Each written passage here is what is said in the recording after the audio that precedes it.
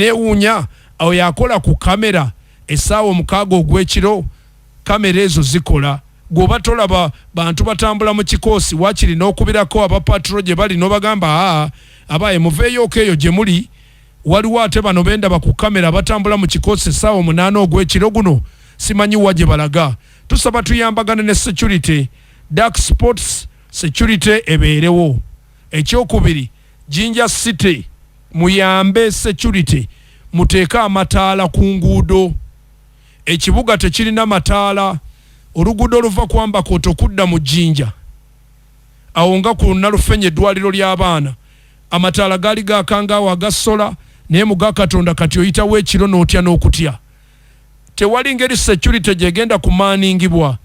nga bali mu nzikiza Jinja City abakulembeze ba Jinja City mutambulire wamu okusinzira ku budget bweri kubanga ze sente zibaawo muleke ekibuga kyake amataala gabeereko evening drive Lyanda ku Lyanda nabichu Salma amaze okutuuka amawulire gaffe mbufunzi gajja Eniyo programu ya evening drive Lyanda ku Lyanda mwavulira amawulire sawa ku sawa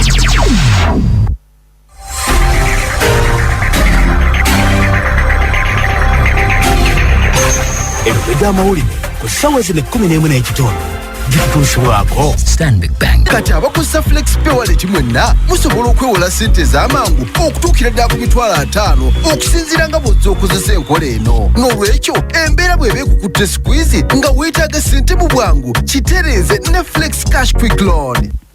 mitwe gy'amawulire ku Nabasa Farm enteekateeka zonna ziwedde ez'akakiiko k'ebyokulonda mu kibiina kya FDC okusunsula abaagala okwesimba ku kifo ky'omukulembeze w'ekibiina abantu 6 be baakalaga obwagazi ku kifo ekyo so nga waliwo ababaka ab'ekibiina kya DP abanenya omukulembeze waabwe Nobert Mao olw'obutabaako kyayogera ku nsonga z'omusibe Dr. Kano Chiza Besigye Kifeefe abatuuze okuva ku byalo bisatu Mugomba Liseeta Namuganga Emukono bo basula ku Tebuuki olw'ababbi b'ebisolo abasusa ogw'omulamuzi mu kubatigomya mu budde obw'ekiro gibadde mitwe mbadde nabikyusa mu Malubega kwemugalinde mu Bujjuvu ne ku 3 ez'akawungeezi tuyanziza webale kusoma mawulire one more time Stanbic Bank yetuleetera mawulire gaffe mu bufunzi FDC egamba ki olunaku olwaleero ku FDC wabadde ovaawo mpitewo bali kulonda ani agenda okwata kaadi abanaagenda okwata kaadi bali kusunsulamu bagende banoonya akalulu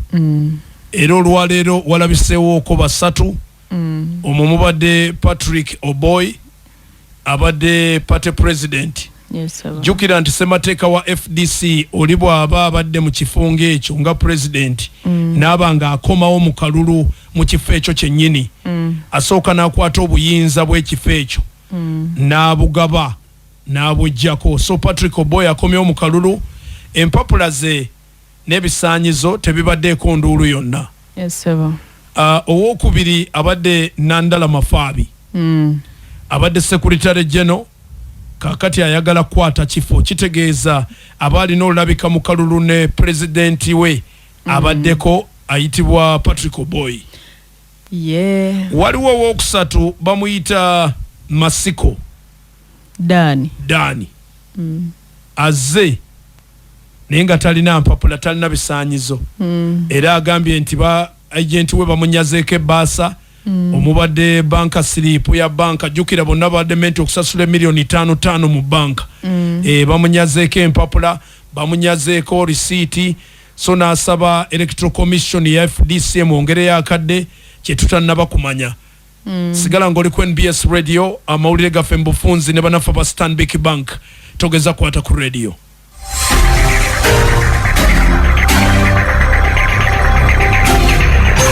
Eniyo amawulire ku sawa zile 11 n'ekitondo Jitushwako Stanbic Bank kati abakozesa flex pay wallet mwenna musobola okwewola sente z'amangu okutuukira ddala ku mitwalo 5 okusinziira nga bw'ozza okozesa enkola eno n'olwekyo embeera bw'eba ekukutte squeeze nga weetaaga sente mu bwangu kitereeze ne flex cash quick loan